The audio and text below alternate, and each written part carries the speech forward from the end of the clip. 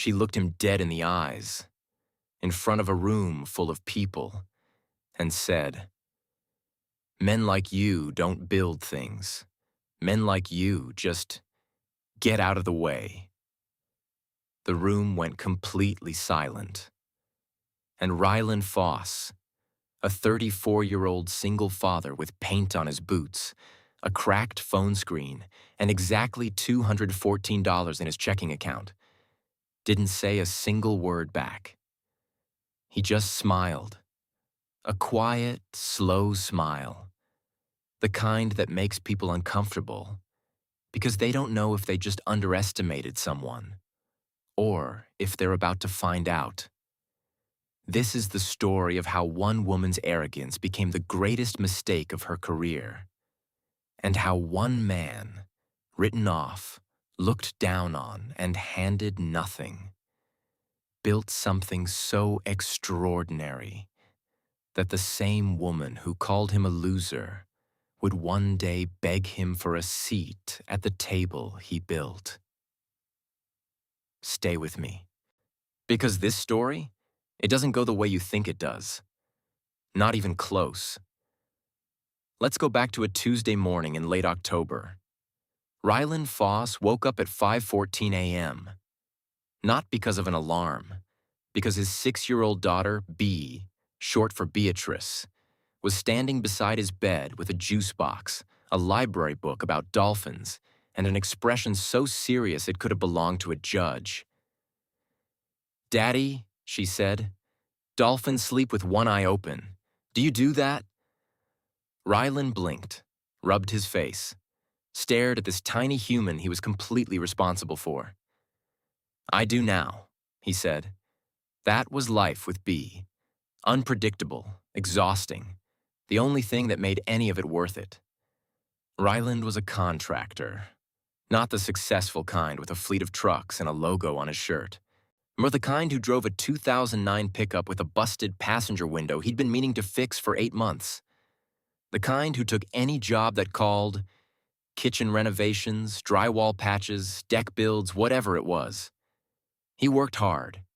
He always had. But working hard, he'd learned, doesn't automatically translate into getting ahead. Not when you're doing it alone. His wife, Dara, had left when Bee was 18 months old. No dramatic fight. No explosion.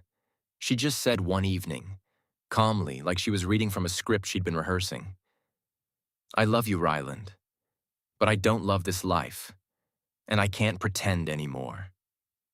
She moved to Portland, called on birthdays, sent gifts at Christmas. She wasn't a villain.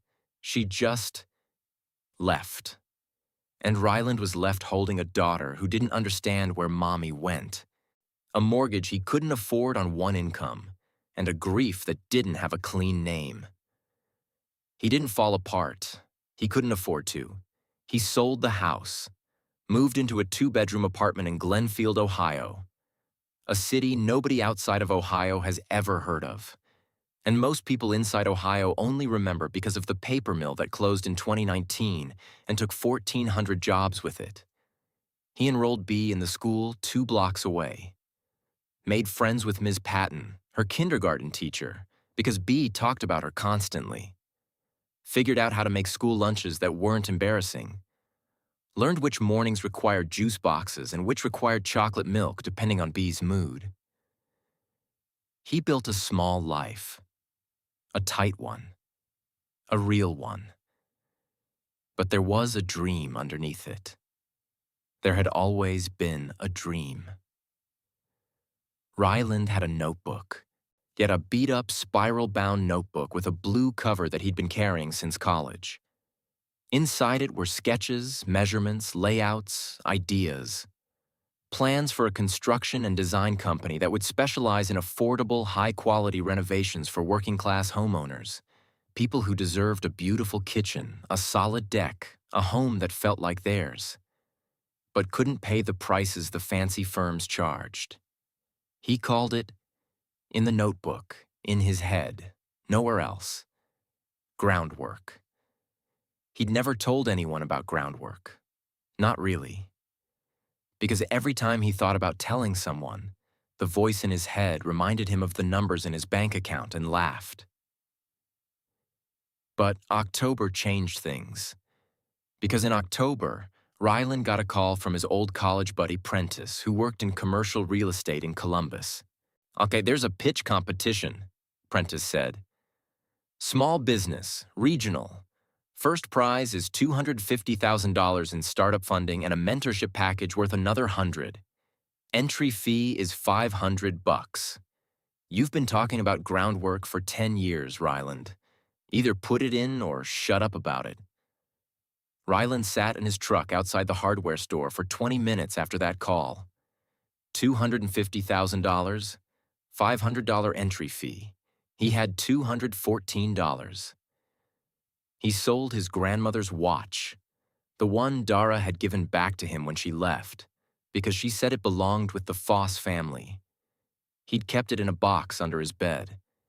He'd never once considered selling it. Until now. A collector on an estate sale site gave him $610 for it.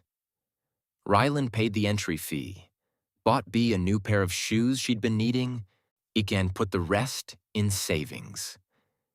He told himself he was doing this for Bea. He was, but he was also doing it for that boy who worked construction summers in college and believed, really deeply believed, that one day he'd build something of his own. The competition was held at the Hartwell Business Center in Columbus, a sleek glass and steel building that made Ryland feel like he'd walked into the wrong movie. He wore his nicest clothes: khaki pants, a white button-down, a blue blazer he'd bought at a thrift store in 2019 and dry cleaned twice. He shined his boots, his actual work boots, because he didn't own dress shoes, and hoped nobody looked down. They did. The lobby was full of people who looked like they'd been born in rooms like this. Young, polished, carrying expensive bags and laptops and the kind of quiet confidence that only comes from never having had to worry about the mortgage. Ryland checked in at the front desk, got his lanyard, found a seat in the waiting area, and opened his notebook. He wasn't nervous about the pitch. He'd been pitching groundwork to himself for a decade. He knew every number, every projection, every answer to every question they could possibly ask. What made him nervous was the feeling, the one he'd carried his whole adult life, that he didn't quite belong in rooms like this. That was when he first saw her. Her name was Claudette Hargrove, and she walked into a room the way some people change the weather. She was 41, the founder and CEO of Hargrove Capital Group, a Columbus-based private investment firm that had, in the past 6 years, I'd backed 14 companies and seen 4 of them go on to national recognition. She was sharp-jawed, impeccably dressed, and carried herself with the absolute, unshakable certainty of someone who had never once doubted that she belonged at the front of any room she walked into. She was also one of the 3 judges for the pitch competition. Ryland noticed her the way you notice a storm moving in on the horizon. Not with fear exactly. More with the awareness that something significant is approaching and you'd better be clear on your footing. He went back to his notebook. The competition ran in 2 rounds. First round, 8-minute pitches to a panel of 5 judges. Top 5 scores moved to the final round the next morning, where they pitched to the full panel in front of a live audience of investors and press. Now, Ryland was the 11th of 22 presenters in the first round. He watched the others. Some were polished beyond belief, rehearsed to the point of sounding like they were reading off a teleprompter inside their own heads. Some were shaky, nervous, clearly brilliant, but not quite ready. One woman pitched a tech platform for rural mental health access and nearly moved the room to tears. A young man from Dayton pitched an organic urban farming co-op and had numbers so clean they looked like art. Ryland went 11th. He walked to the podium, adjusted the microphone, It was set for someone shorter. Looked at the judges, all 5 of them. Let his gaze land on each face, the way his high school debate coach had taught him 20 years ago. And then he said, "I'm going to talk to you about the people nobody's pitching to." He didn't use a slide deck. He'd considered one and decided against it. He used the notebook. He held it up, opened to the first page, a hand-drawn layout of a kitchen renovation. And he talked. He talked about the homeowner in Glenfield, Ohio, who'd been living with a rotted subfloor for 3 years, because every contractor she called quoted her $18,000, and she made $34,000 a year. He talked about the veteran in Mansfield who couldn't get anyone to build an accessible bathroom for his mother because the cost was too high and the return wasn't attractive enough for premium contractors. He talked about the gap, the massive, obvious, inexcusable gap between what working-class homeowners needed and what the market was giving them. And then he laid out groundwork, the model, the margins, the staffing plan, the licensing partnerships, the tiered pricing structure that would make quality renovation accessible without sacrificing craft. He talked for 8 minutes and 12 seconds. When he stopped, the room was quiet for a moment. Then the moderator started the Q&A. 4 of the 5 judges asked good questions, sharp ones. Ryland answered every single one with numbers, projections, and the kind of calm authority that comes from having thought about something for 10 years. Then Claudette Hargrove leaned forward. She looked at him the way a chess player looks at an opponent's opening move. "You don't have a business," she said. "You have a hobby with a spreadsheet." The room shifted. A few people looked down, a few looked up. Ryland held her gaze. "I have a model, 12 years of field experience, and a market that every premium contractor in this region has consciously chosen to ignore," he said. "I'd call that an opportunity." She smiled. Not warmly. "Your overhead projections assume a labor cost that's already outdated by about 18%. Your material sourcing relies on a supplier relationship you haven't confirmed in writing. And your growth timeline," she paused, glancing at her notes, "is optimistic to the point of being fictional. My labor projections are based on the current prevailing wage for licensed subcontractors in Central Ohio," Ryland said evenly. "I've been paying those wages for 11 years. The supplier relationship you're referencing has been verbal for 4 years and is moving to contract at the start of Q1. And my growth timeline is conservative compared to comparable models in the Pittsburgh and Cincinnati markets, which I have cited in the written brief the judges received." Another pause. Claudette looked at him for a long moment. Then she said, "And this was the moment that would echo through everything that came after. Men like you don't build things. Men like you just get out of the way." Nobody spoke. Ryland didn't look away. He didn't flinch. He smiled, that quiet, slow smile. "Thank you for your time," he said. And he walked off the stage. That evening, Ryland sat in his truck in the parking garage of the Hartwell Business Center and called Prentice. "How'd it go?" Prentice asked. "One of the judges told me men like me don't build things." A long silence on the other end. "Who said that?" "Claudette Hargrove." Another silence. Longer. Ryland. "I know. Claudette Hargrove is—" "I know, Prentice." He knew exactly who she was. He'd Googled her before the event. He knew about Hargrove Capital. He knew about her Forbes profile from 2022. He knew she had the kind of reach in Ohio's investment community that could open doors or weld them shut. He sat in the truck for a long time. Then he drove the 90 minutes home to Glenfield. B was at his mother's for the night. The apartment was quiet. He sat at the kitchen table with the notebook open and stared at groundwork until his eyes burned. He didn't close the notebook. He didn't tear out the pages. He picked up a pen and he wrote, at the top of a fresh page in capital letters, "Prove it." 2 days later, the competition results came in by email. Ryland had made the final 5.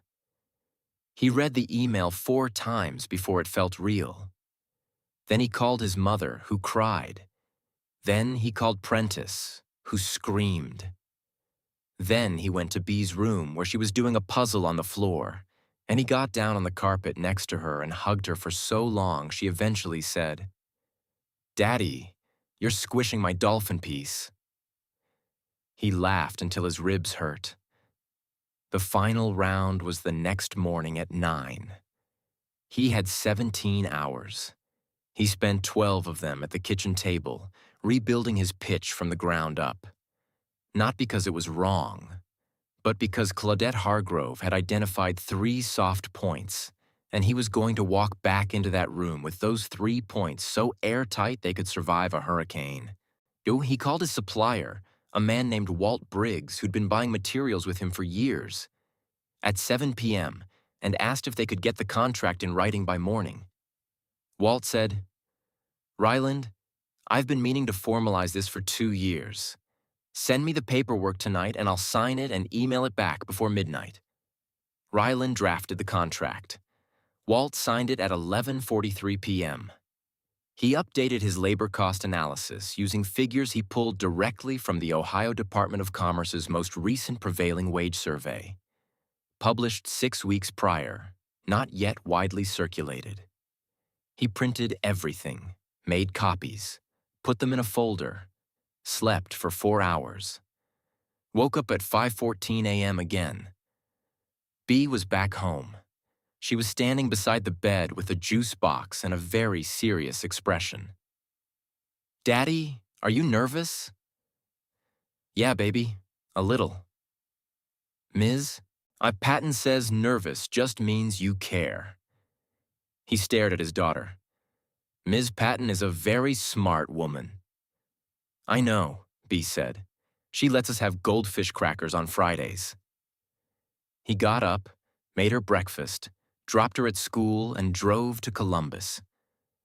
The final round was different. The room was bigger.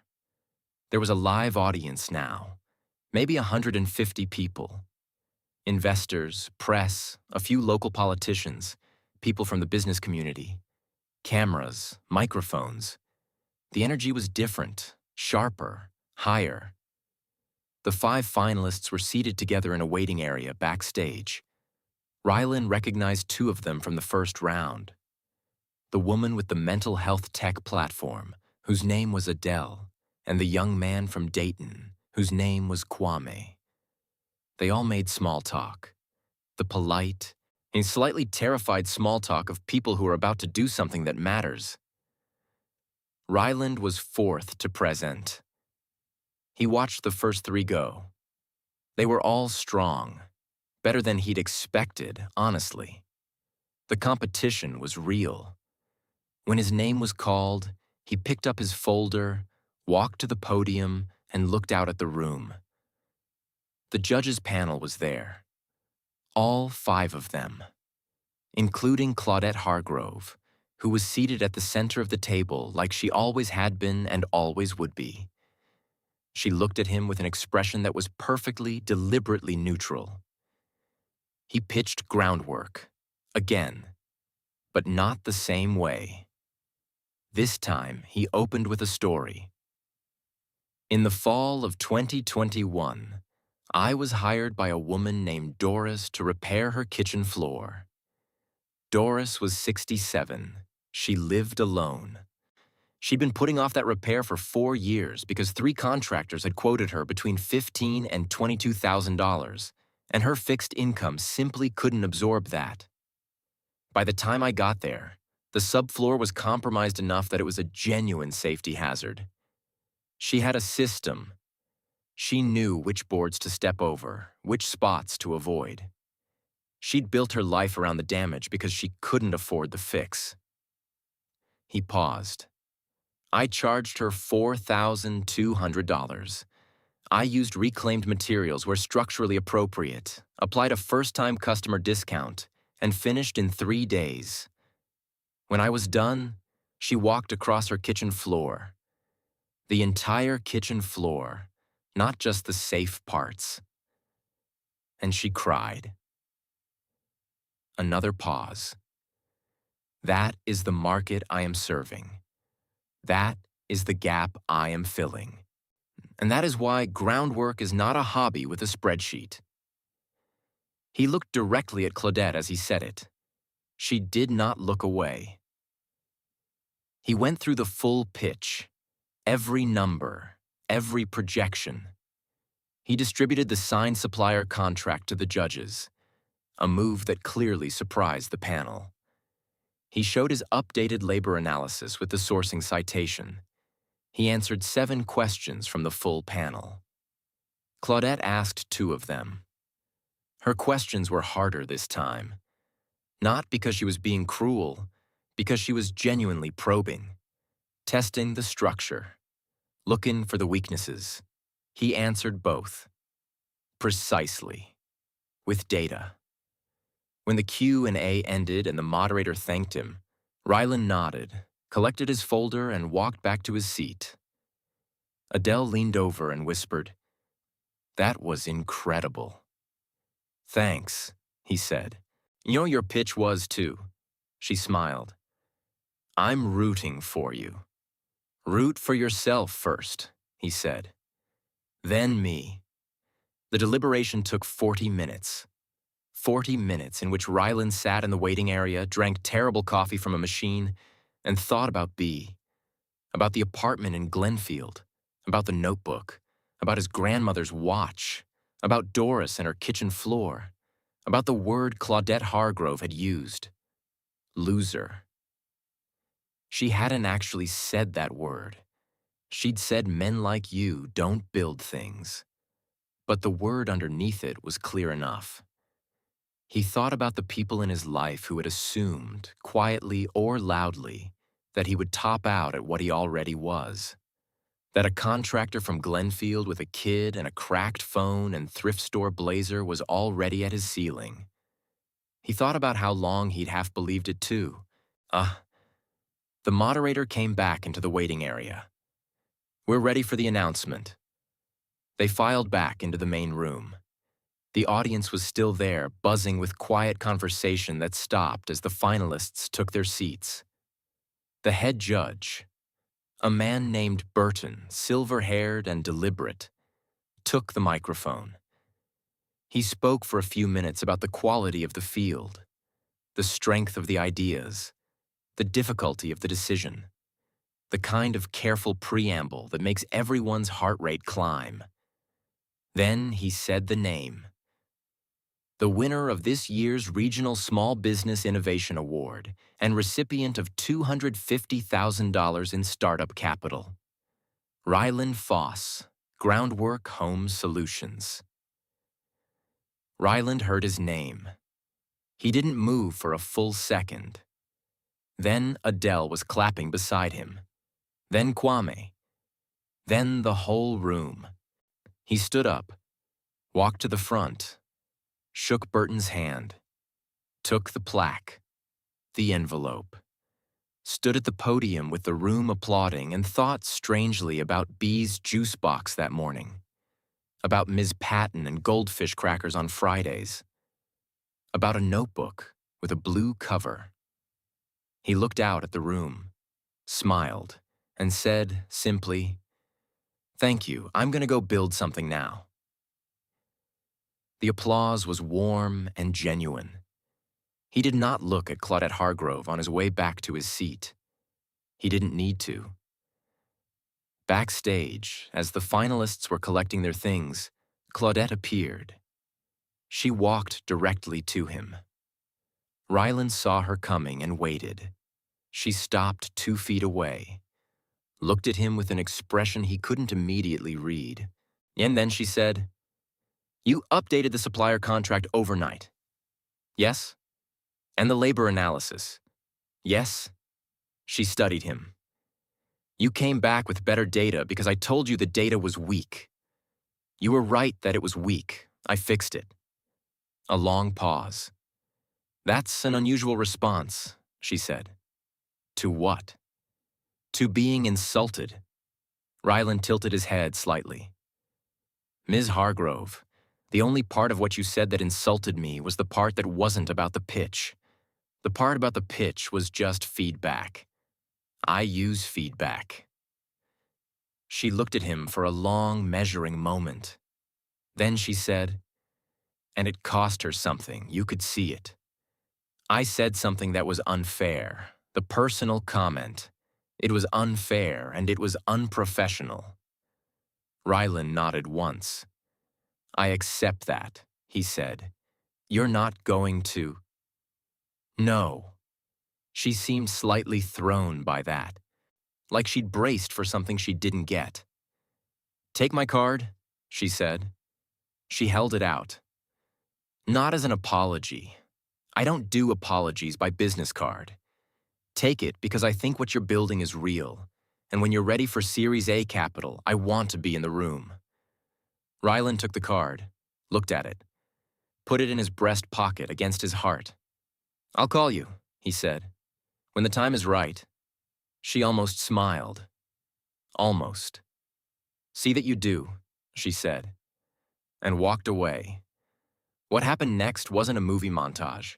It wasn't overnight. It wasn't easy or clean or without cost. What happened next was work, real work, the unsexy, non-photogenic kind. Ryland incorporated Groundwork Home Solutions in November. He spent the first month doing almost nothing but administrative work, licensing, insurance, contracts, accounting systems, on hiring his first 2 employees, a licensed electrician named Pavel who'd been freelancing, and a Finnish carpenter named Soren who Ryland had worked alongside for 6 years and trusted with his life.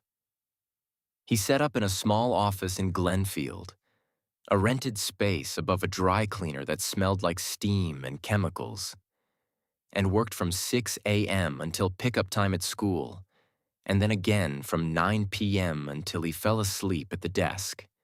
He got a new phone, fixed the truck window. B noticed the window the day he did it. Daddy, it's fixed. Yeah. No more wind noise? No more wind noise. She considered this seriously. I kind of like the wind noise. He laughed. He was doing that more now. Groundwork's first official job was a full kitchen renovation for a retired postal worker named Glenn and his wife, Miriam, in Circleville. 2 weeks, $7,800, reclaimed oak cabinets, new appliances, tile work that Soren did so well that Miriam photographed it like a professional and posted it to every Facebook group she was in. That post got shared 47 times. The phone started ringing. By March, Groundwork had 6 projects either active or contracted. By June, Ryland had hired 2 more subcontractors and was turning down work he didn't have the capacity for yet, something he found both thrilling and physically painful. He was not rich, he was not comfortable, but he was building something, and the something had weight. The press noticed in August. A Columbus business journal ran a short piece, barely 500 words, buried on page 14, about the pitch competition winner building a company in Glenfield. A reporter named Vince called Ryland for a quote. Ryland talked to him for 20 minutes and figured that was the end of it. It wasn't. The piece got picked up by a regional wire service. Then a podcast about small business invited him on. Then a larger outlet ran a profile. And somewhere in that quiet avalanche of attention, Claudette Hargrove read the Columbus Journal piece. Ryland knew because she texted him. She'd apparently saved his number from a follow-up email he'd sent post-competition. The text said simply, "Nice press. Call me when you're ready." He replied, "Not yet." She replied, "Good answer." He read that exchange late at night at his kitchen table. B asleep in the next room. The groundwork notebook open beside him, most of the pages filled now with actual business data rather than dreams. He allowed himself, for the first time, to believe that this was going to work. Then, in September, the thing happened that almost ended everything. The Alderton Project.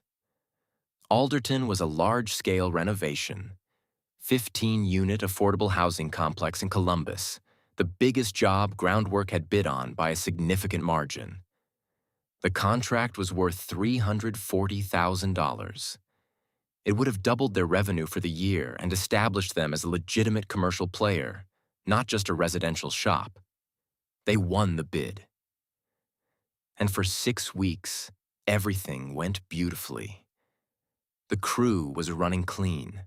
The timeline was ahead of schedule. Ryland was on site every day, managing quality personally. Then the structural inspection revealed that 3 units had load-bearing walls that the original architect's drawings had misrepresented.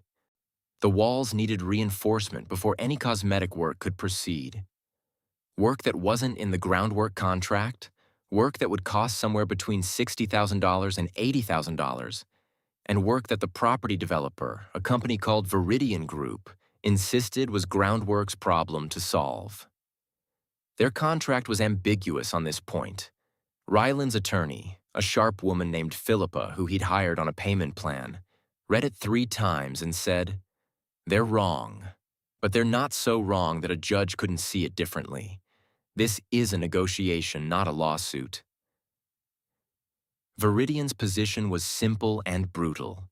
Fix the walls at your cost, or we cancel the contract, keep the deposit, and see you in arbitration. If they canceled and kept the deposit, then groundwork would lose $41,000 and spend 6 months in arbitration with a legal bill that could choke a company twice their size. If they absorbed the wall reinforcement cost, they'd essentially work the Alderton project at a loss and drain the capital reserves Ryland needed to make payroll through winter. He didn't sleep for 4 days. He called Prentice, who listened and said, "I don't know, man, I don't know." He called Pavel and Soren and told them the truth, that the project was in trouble, that payroll was secure for now, that he was working on it. They both said they weren't going anywhere. He sat in the apartment at 2 a.m. on a Thursday, Bay asleep, the city quiet, and pulled Claudette Hargrove's business card out of the small tray on his desk where he'd kept it since November. He'd been saving that call. He'd been saving it because he wanted to make it from a position of strength, not desperation. He was making it from desperation. Yakati. He called her at 7 a.m. Friday morning. She picked up on the second ring. "Ryland Foss," she said. "Earlier than I expected." "I have a situation," he said. "I need to talk it through with someone who won't tell me everything's fine when it isn't." A pause. "Come to Columbus. Lunch today." He drove to Columbus. They sat in a quiet restaurant near the Hargrove Capital offices. Ryland laid the entire Alderton situation on the table. Every detail, every number, every option, every risk. He didn't minimize anything. He didn't spin anything. When he finished, Claudette was quiet for a moment. "What does your attorney recommend?" she asked. "Negotiation. But Viridian isn't moving." "Who's your contact at Viridian?" "A man named Brent Hale, project director." She nodded slowly. "Brent Hale used to work for a company I partially financed. I know him. He's aggressive, but he's not stupid. He doesn't want arbitration any more than you do. It'll delay his project by 8 months minimum." "You think he's bluffing?" "I think he's testing," she said. "I think he wants to see if you fold." Ryland looked at her. "I can make a call," she said. "Not to intervene." just to communicate that Groundwork has institutional interest and that Viridian would be wise to resolve this cleanly. Why would you do that? She looked at him directly.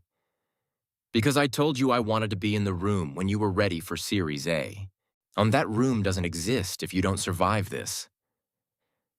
He sat with that for a moment. And, she added more quietly, because I said something to you in that competition that I shouldn't have. And this is a better apology than a business card. He nodded. She made the call that afternoon. 3 days later, Viridian came back to the table. Philippa negotiated a cost-sharing arrangement. Viridian absorbed the structural engineering costs. Groundwork absorbed the additional labor. Net additional cost to Groundwork, $18,500. Painful. Survivable. The Alderton project finished in January. On time. Under the revised budget. The property manager gave Ryland a handshake and said, "You'd better bid on our spring project." "Send me the specs," Ryland said. He drove home to Glenfield, picked up Bea from school, and took her to get ice cream even though it was 28 degrees outside because she'd been asking for 2 weeks, and he kept saying soon. She got strawberry. He got coffee. They sat in the truck with the heater running and ate ice cream in January and talked about dolphins. "Did you know," Bea said, "that dolphins have names for each other? Like actual names?" "I didn't know that." "They do. They make specific sounds for specific dolphins. That means they know who each other are." Ryland looked at his daughter. "That's pretty remarkable," he said. "I know," she said. "I want to study them when I grow up." "Then you will," he said. She looked at him with that serious judge face. "You really think so?" "Baby, I've watched you be determined about something. There's nothing in the world that stops you." She thought about this. Same for you," she said. Then went back to her ice cream like she hadn't just said the most important thing. He sat there in the cold truck, in the Glenfield, Ohio winter, and felt something he hadn't felt in a very long time. Not happy. Deeper than happy. Whole. The next 2 years were the years when Groundwork became real in the way that people outside Glenfield could see. It started with Alderton. That project, completed cleanly despite everything, got Groundwork a write-up in a Columbus commercial real estate newsletter that 20,000 people received by email. The write-up was factual, brief, and buried, but it established something important. Groundwork could handle commercial scale. The spring Viridian project came in. They bid it, they won it, completed it 4 days early. Then a property management company in Dayton called. Then a nonprofit affordable housing developer in Cleveland. By the following spring, Groundwork had 23 employees. Not all full-time, a mix of employees and licensed subcontractors. But 23 people whose work fed into the Groundwork structure. Ryland hired an operations manager named Hester, a woman who'd spent 15 years running a construction company in Pittsburgh before her company was acquired, and she suddenly found herself looking for something to build again. She was meticulous, unsparing, and deeply funny in the dry way of someone who has seen every possible thing go wrong on a job site and no longer finds any of it surprising. "You don't need me to tell you what to do," Hester said in her interview. "You need me to prevent you from doing the 14 things you're going to try to do simultaneously." "Accurate," Ryland said. He hired her the same day. In October, exactly 2 years after the pitch competition, Ryland called Claudette Hargrove. "I'm ready," he said. A pause. Then, "I'll have someone call you Monday to schedule a meeting." "No," he said. "I'll come to you. Tuesday at 10, if that works. And I want you in the room, not someone on your team. You." Another pause. Longer. Tuesday at 10, she said. He went to Columbus. He wore a suit this time. A real one, not thrift store. Navy blue, fit properly. He still wore clean boots because they were his, and he decided a while back that he didn't need to erase where he came from to be taken seriously where he was going.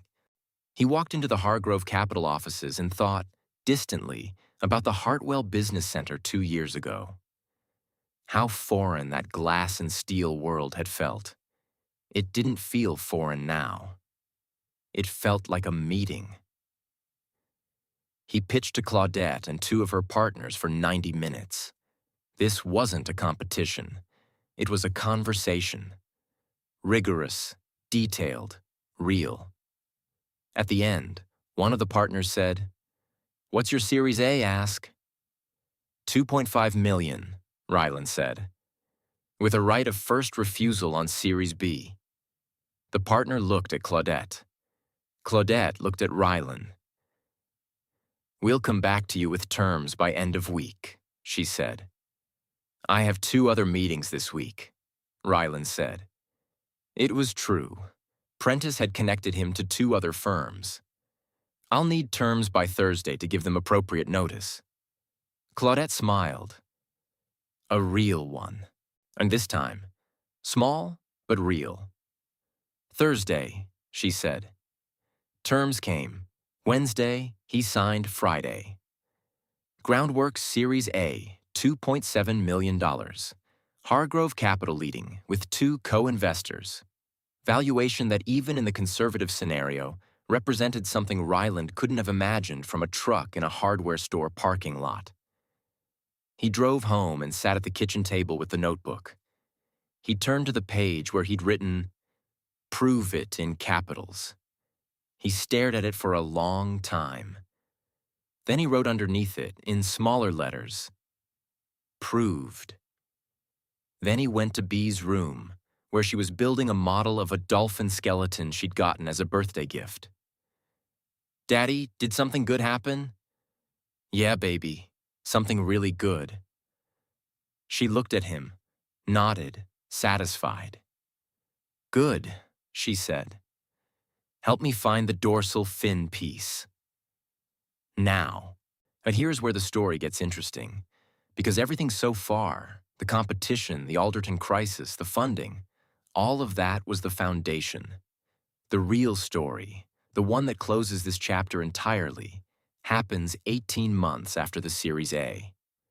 Groundwork is now operating in 5 Ohio cities, 61 employees, a waiting list for residential projects, 3 active commercial contracts, revenue that Ryland still finds slightly startling when he sees it in the quarterly reports.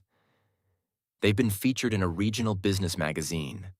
A national outlet for working-class entrepreneurship ran a profile headlined, "The Contractor Who Closed the Gap."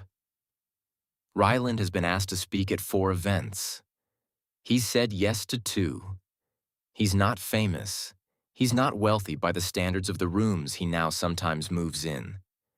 But he is, undeniably, someone who built something real. The event is the Central Ohio Business Leadership Summit, the biggest annual gathering of business leaders, investors, and policymakers in the region. Ryland has been invited as a speaker in the Emerging Voices panel. It's a real panel, not a sideshow. 3 speakers, main stage, the kind of visibility that 3 years ago would have seemed like a different life. He arrives at the conference center, signs in, gets his badge, finds the green room backstage where the speakers wait before going on. And that is where he sees her. Not Claudette. Another woman. Seated at the table in the green room, reviewing what looks like notes on a tablet, coffee beside her, looking every inch the polished executive.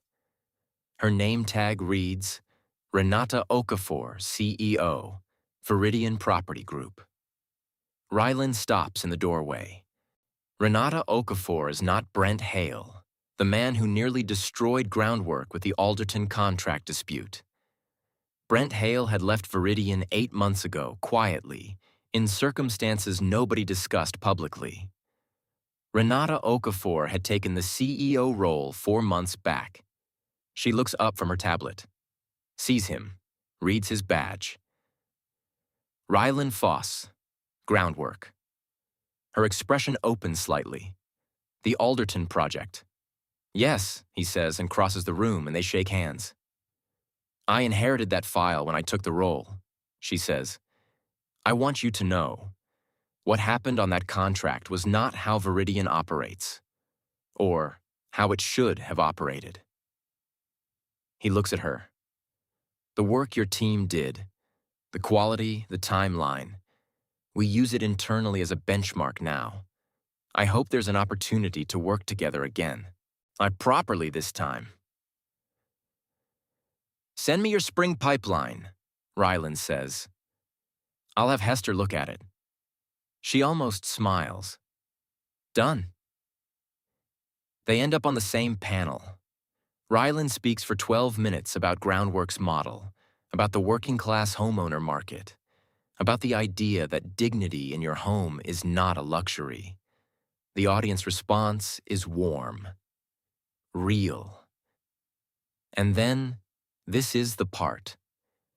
Afterward, during the networking reception, Ryland is speaking to a group of 3 people near the bar when he hears a voice he recognizes. He turns. Claudette Hargrove is across the room.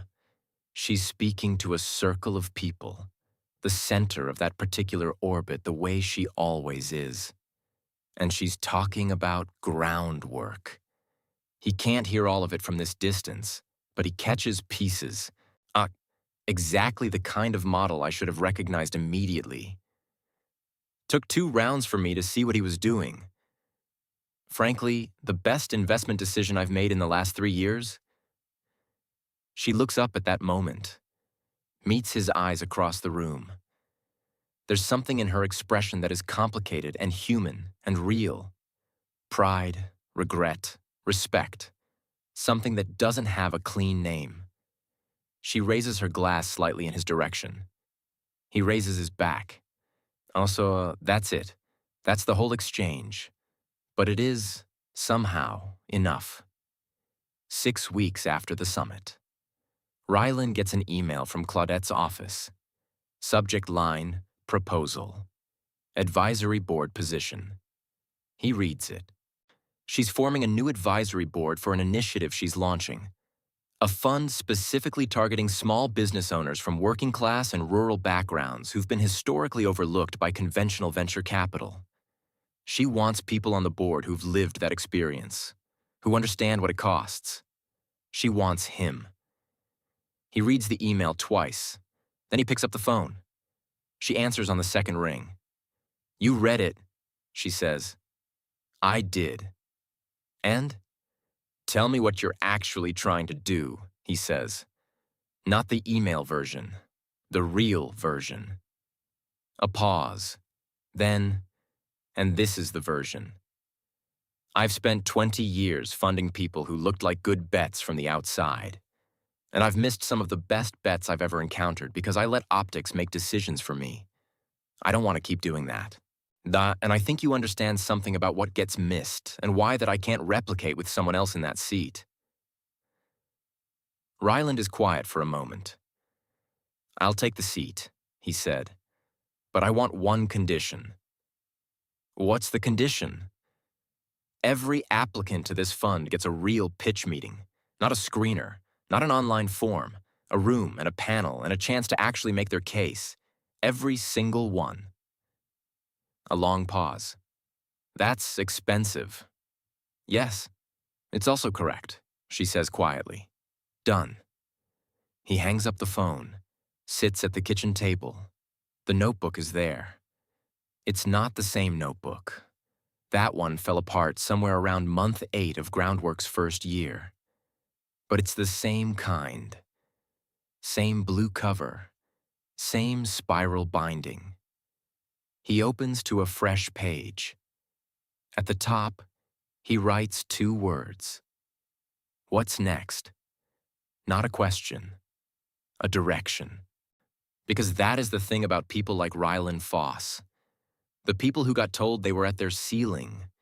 The people who got looked through in waiting rooms and talked over at tables and quietly, casually written off.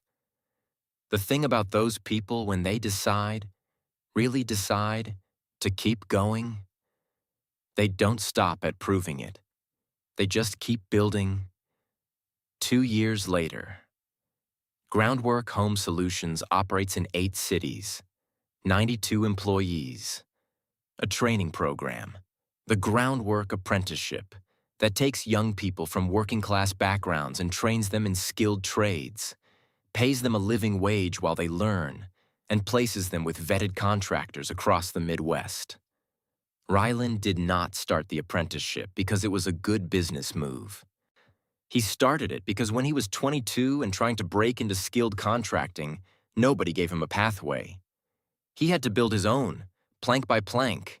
He decided he wasn't going to let that be the only option for the people coming up behind him. B is 9 now. She still talks about dolphins constantly. She started writing what she calls her dolphin research journal in a spiral-bound notebook she keeps on her desk. Blue cover. Rylan noticed the blue cover and didn't say anything. Just smiled. The Hargrove Working Class Founders Fund, the initiative Claudette launched with Ryland on the advisory board, completes its second grant cycle with 43 funded businesses across Ohio and Indiana. Of those 43, 37 are still operating. That's an 86% survival rate in a funding category where the industry average is closer to 52. At the fund's second-year ceremony, a modest event, deliberately unglamorous because Claudette said the point is the work, not the party, Ryland is asked to give brief remarks. He stands at the podium, looks out at the room, a room full of people who built things, who nearly didn't get the chance, who are still standing. He doesn't use notes. He says, "I want to tell you something I wish someone had told me. The gap between where you are and where you want to go is not talent. It's not intelligence. It's not work ethic. You have all of those or you wouldn't be in this room. The gap is access. And access is just another word for someone believing the math adds up before the proof is fully written. This fund exists because someone decided to do that math differently. I exist, in the way I exist today, because of some very early, very hard years, and a competition I almost didn't enter, and a 6-year-old who told me that nervous just means you care. So, carry the notebook, run the numbers, fix the weak points, take the meeting.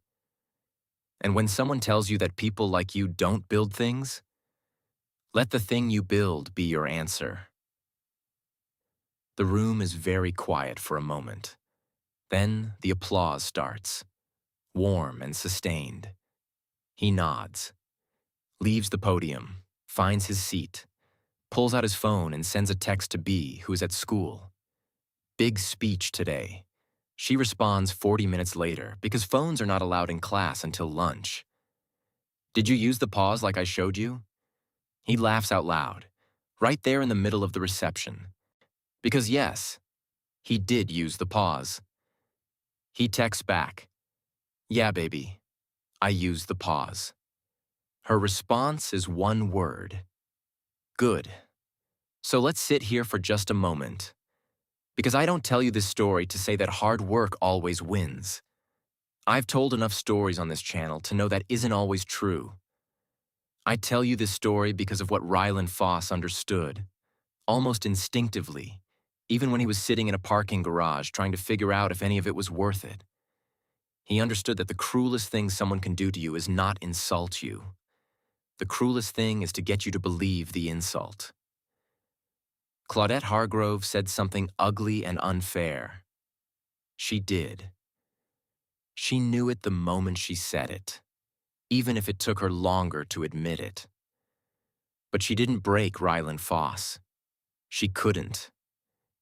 Because by the time she said it, Dr. Ryland had already spent 11 years becoming someone that words couldn't break.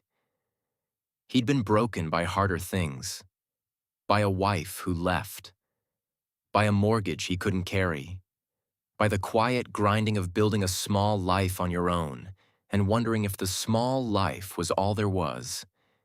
He'd survived all of that with his daughter and his notebook and his boots.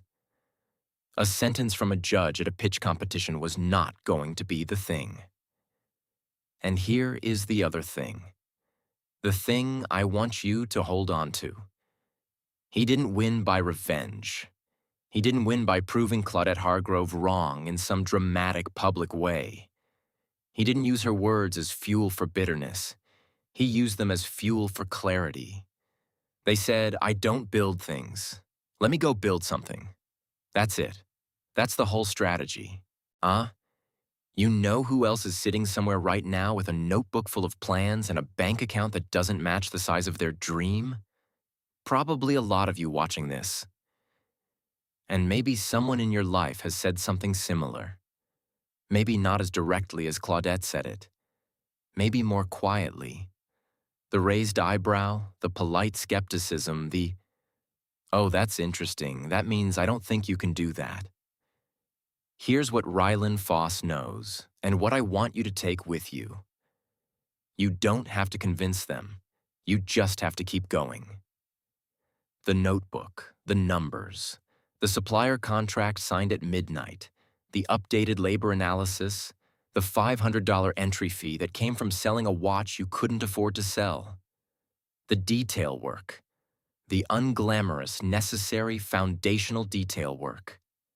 That is what wins. Not loudly, not overnight, but completely.